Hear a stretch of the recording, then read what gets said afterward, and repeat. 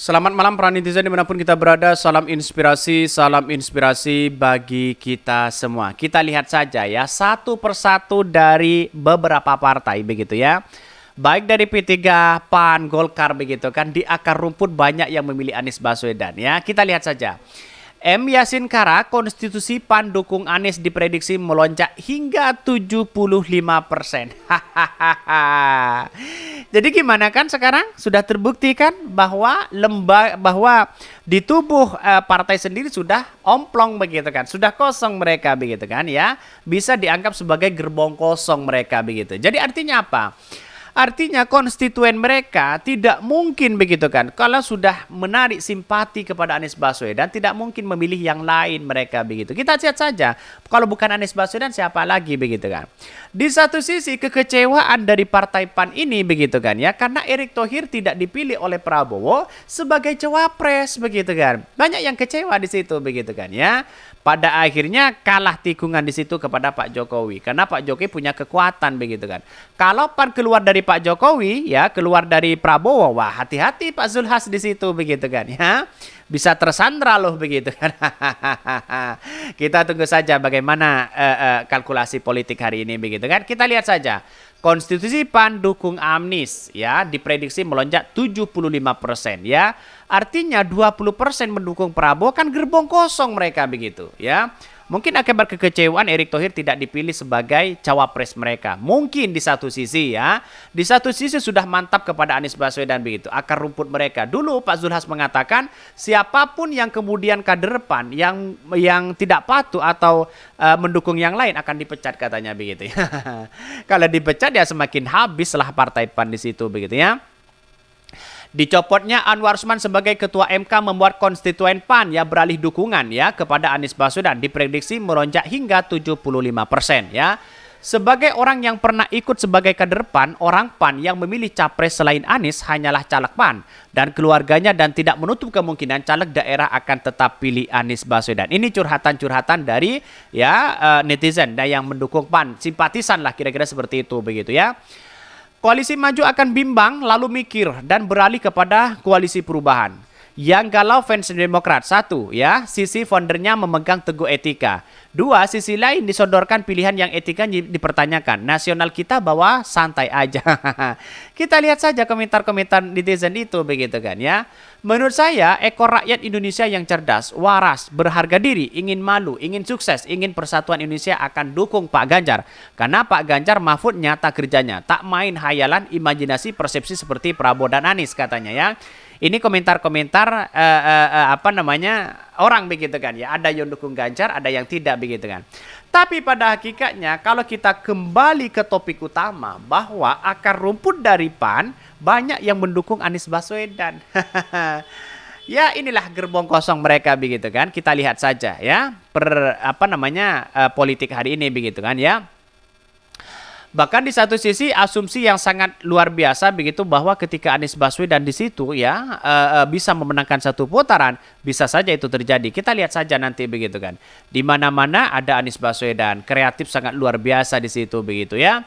Bahkan di satu sisi mempertanyakan apakah PAN benar-benar mendukung Anies Baswedan, akar rumput mereka bisa saja terjadi begitu kan ya. Promo ya si tersangka tukang hoax ya sekarang berubah, apa maksudnya begitu kan. Jadi apakah masih belum percaya terhadap situasi politik hari ini begitu kan ya. Karena akar rumput mereka begitu kan ya sudah tidak mendukung ya Prabowo ya, lebih mendukung Anies Baswedan. Kita lihat baca ini. M. Yasin Kara, konstitusi PAN yang dukung Anies Baswedan diprediksi melonjak hingga 75% ya. Bahkan ya di satu sisi dukungan konstitusi PAN ya kepada Anies Baswedan dan Muhaimin Iskandar pada Pilpres di 2024 nanti dinilai semakin menguat menyusul putusan Majelis Kehormatan Mahkamah Konstitusi (MKMK) mencopot Anwar Usman dari jabatannya sebagai Ketua MK karena terbukti melakukan pelanggaran berat terhadap kode etik dan perilaku hakim konstitusi. Anwar dinilai memiliki konflik kepentingan dalam penanggaran ya penanganan ya perkara pengujian syarat usia capres, cawapres dan calon presiden begitu kan, dari perkara nomor 90 ya menjadi celah bagi Gibran Rakabuming Raka maju sebagai calon wakil presiden mendampingi Prabowo. Mengingat Anwar merupakan paman dari politikus muda yang saat ini menjabat wali kota Solo tersebut. Kalau dalam proses untuk dijamin ya saja main-main, artinya tidak patuh, tidak sesuai dengan konstitusi yang ada. Masa mau lari dukung ke situ Prabowo Gibran? Bagi mereka kader PAN hal ini yang fundamental karena keputusan MK saja sudah mengatakan secara etik melanggar ya. Jadi banyak yang kemudian PAN ya berbisik-bisik di situ begitu kan. Mau pilih siapa? Mau pilih siapa? Di satu sisi Erick Thohir ya begitu yang disodorkan oleh PAN untuk menjadi cawapres juga gagal di situ begitu kan ya. Padahal biaya Erick Thohir sangat fantastis di situ begitu ya untuk menjadi wakil presiden. Dia menjelaskan pemilih ya partai yang berlambang matahari tersebut sangat rasional. Mayoritas mereka mendukung pasangan calon berdasarkan kepentingan jangka panjang, yaitu ya agar Indonesia menjadi lebih baik di masa yang akan datang. Ya inilah diperjuangkan kader PAN. Ini suatu tidak bisa ditawar lagi, kata mantan anggota DPR RI itu. Politikus PAN yang menjabat hakim Mahkamah Konstitusi Partai DPP PAN ini juga menekankan tidak mungkin pemerintah yang main-main konstitusi dan memiliki konflik kepentingan memajukan bangsa negara ini serta mengingat kesejahteraan rakyat.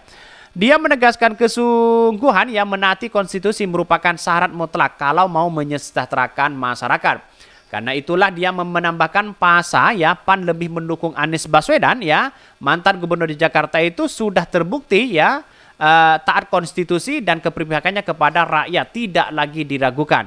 Oleh karena itu menurut saya pilihlah PAN ya dengan pemilih-pemilih PAN dengan sendirinya akan memilih Anies Baswedan ya yang memiliki bukan hanya track record saja tapi juga yang mendapati visi dan misi yang luar biasa katanya ya.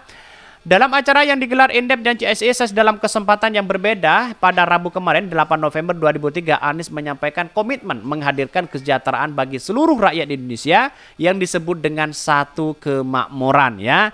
Kita lihat saja Anies Baswedan sangat fantastis di situ begitu kan ya. Akar rumput dari PAN sudah banyak yang mendukung Anies Baswedan. Satu kemakmuran ini menjadi visi besar setelah Indonesia meraih satu bangsa, Sumpah Pemuda katanya ya.